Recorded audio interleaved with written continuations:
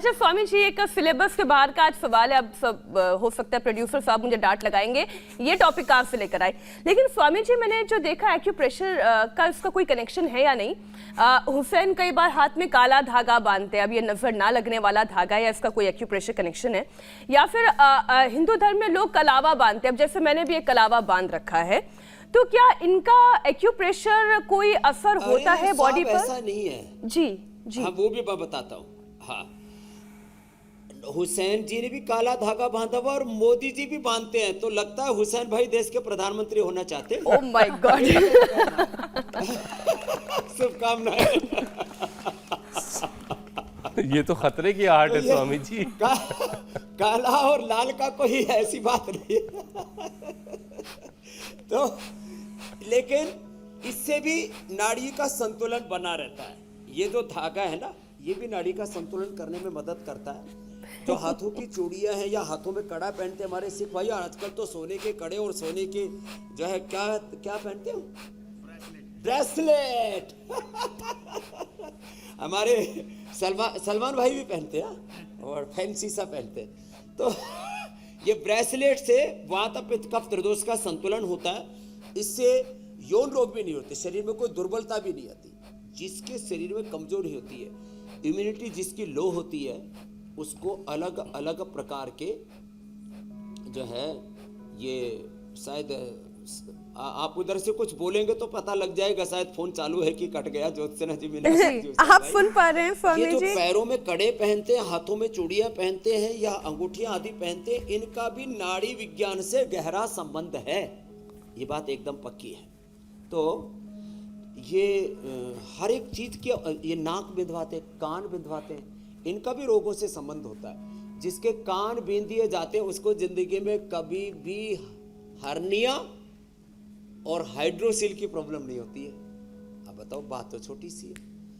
अब ये जो छोटी छोटी चीजें, जिसको ये नाक बेंध दिया जाता है, उसको कभी भी सिर में दर्द नहीं होता। हम नशे करा के सिर दर्द ठीक करते हैं, इसने भी ठीक किया है। जो सामने बैठी है अंबिका, हाँ, बहुत भयंकर सिर में दर्द। लेकिन स्वामी जी आप करें, नाक छिदवाने के बाद नाक बिंधवाना, कान बिंधवाना, पाजेव पहनना, हाथ पैरों में, पहले चांदी के कड़े पहनते थे हुसैन भाई, मोटे मोटे। अभी मैं वापस आपसे जुड़ चुका हूं, बीच में फोन कट गया था। ये हाथ में अंगूठियां पहनते, वैसे अंगूठे में जो पहने वो अंगूठी, लेकिन जो अंगुरियों में पहनते उसका अंगूठी बोलते।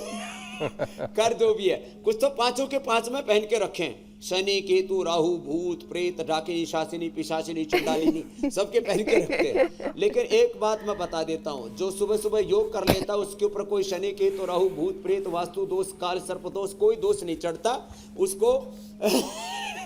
उसको फिर कहीं किसी तांत्रिक के पास जाने की जरूरत नहीं। अपना तंत्र मंत्र अपने पास ही है, योग का मंत्र है ये।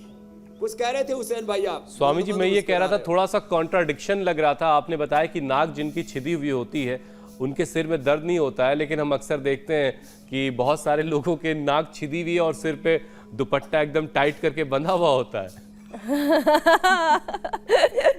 अब पति गुस्सा दिला देगा तो बनना पड़ेगा ना बैंडेड क्वीन। किसी का नाक छिद जाता है, वो दूसरों को सिर में दर्द कर देती है, वो तो इंडिविजुअल किसी के व्यक्तिगत प्रॉब्लम है।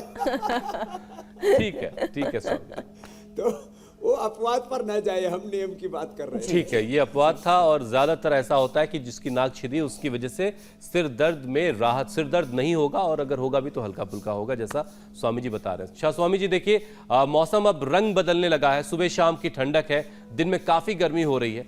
ऐसे में शरीर की जो बायोलॉजिकल एनर्जी यानी वात पित्त कफ के बिगड़ने का खतरा काफी बढ़ जाता है। तो जल्दी से ज़रा इस चेंज होते टेम्परेचर में त्रिदोष को ख़ास तौर से कैसे शांत रखें, क्या दिनचर्या का भी उसमें कोई असर तरीका है जिसको हम बदल करके बैलेंस कर सकते हैं, ज़रा ये समझा दीजिए।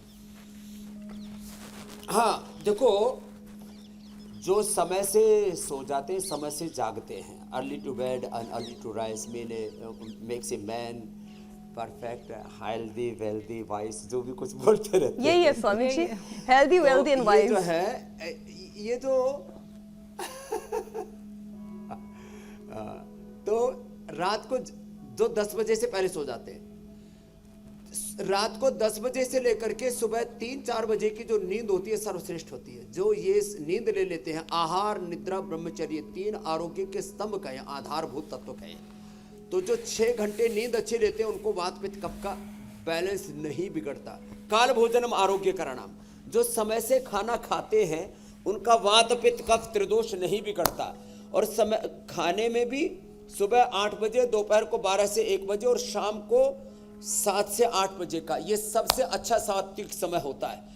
और यदि कोई की उम्र 40-50 साल के आसपास हो गई है तो फिर इसको 2 ही बार, सुबह 10 बजे से 10 के आसपास और शाम को 5-6 के आसपास, ये 2 ही बार खाना चाहिए। उससे इंटरमिटेंट उपवास भी हो जाएगा। शरीर में जो हर दिन, देखो हर दिन शरीर में वात बढ़ता है, पित्त बढ़ता है, कफ बढ़ता है, हर दिन शरीर के अंदर वेट भी बढ़ता है, कोलेस्ट्रॉल भी बढ़ता है, कैंसर के सेल्स भी बढ़ते हैं, शुगर भी बढ़ता है, बीपी भी बढ़ता है, स्ट्रेस भी बढ़ता है, सब कुछ बढ़ता है।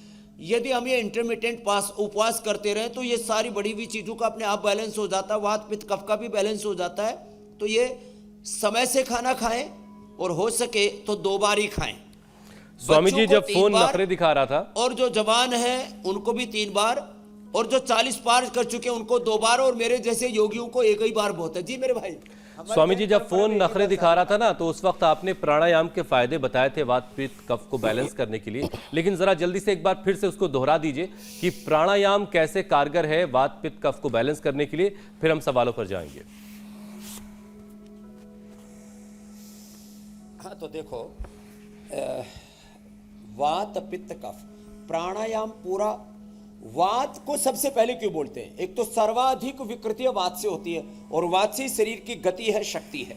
वात ठीक होगा तो शरीर में पित्त भी ठीक होगा, कफ भी ठीक होगा। वात गड़बड़ होगा तो पित्त और कफ वो भी गड़बड़ हो जाते हैं। तो खैर, तो वात प्रधान है हमारा शरीर, वात प्रधान है, गति प्रधान है, और गति से फिर शक्ति भी आती है, वो पित्त का काम है। और ताकत जो है वो, जो कफ है ना, कफ का मतलब बलगम नहीं है। शरीर के अंदर ये जो हड्डियों का वेट है, जो मांसपेशियां हैं, मसल्स हैं, ये सब कफ का बैलेंस होने से पड़ता है। तो खैर, अब एक तो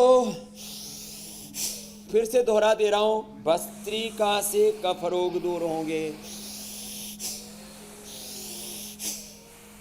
और ज्यादा कफ बढ़ गया हो तो दूध में हल्दी, शिलाजी, च्यवनप्राश, शिला, तुलसी अथवा सोंठ, पीपल, काली मिर्च, त्रिकुटा, अथवा स्वासारी वटी, स्वासारी गोल्ड और करक्यूमिन गोल्ड और ब्रोन को, दिव्य पेय या स्वासारी क्वाथ, ये सब हमने सारे क्वाथों के बारे में हमने बार बार बताया भी है, और लोगों को ये समझाया है कि आपका कफ बढ़ गया है तो स्वासारी ले लो, आपका पित्त बढ़ गया है तो सरकौप ले लो या ल्यूग्रिक ले लो, और वात बढ़ गया है तो जो है पीड़ांतक क्वाथ ही पी लो, या दशमूल क्वाथ पी लो, या एलोवेरा, गिलोय, पारिजात, निर्गुंडी और सहजने का प्रयोग बताया मैंने। वात के लिए अनुलोम विलोम, पित्त के लिए कपालभाति, और कफ के लिए भस्त्रिका।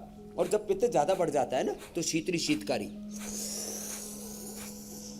ये बहुत अच्छा काम करते हैं। पित्त बढ़ा हुआ होता है, शीतली, गुस्सा बढ़ जाए, बीपी बढ़ जाए, उस पे पेट पे मिट्टी पट्टी भी करवाते हैं, जो बड़ा उसमें अद्भुत लाभ करता है। छोटी छोटी बातें।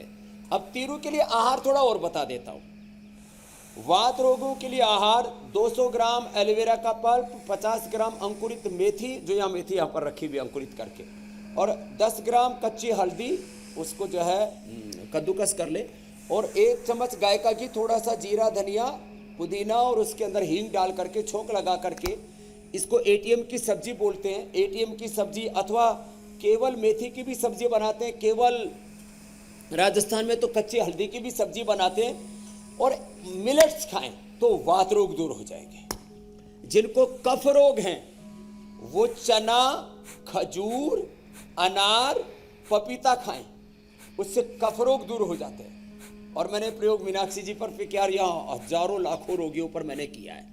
और जिनका पित्त बढ़ा हुआ है उनको वीटग्रास, एलोवेरा और लौकी का जूस पिला देते हैं, या जीरा, धनिया, सौंफ का पानी पिला देते हैं। जी स्वामी जी, ये इतने से उपाय करने से वात पित्त कफ का बैलेंस हो जाता है। गिलोय खाने से त्रिदोष का बैलेंस हो जाता है।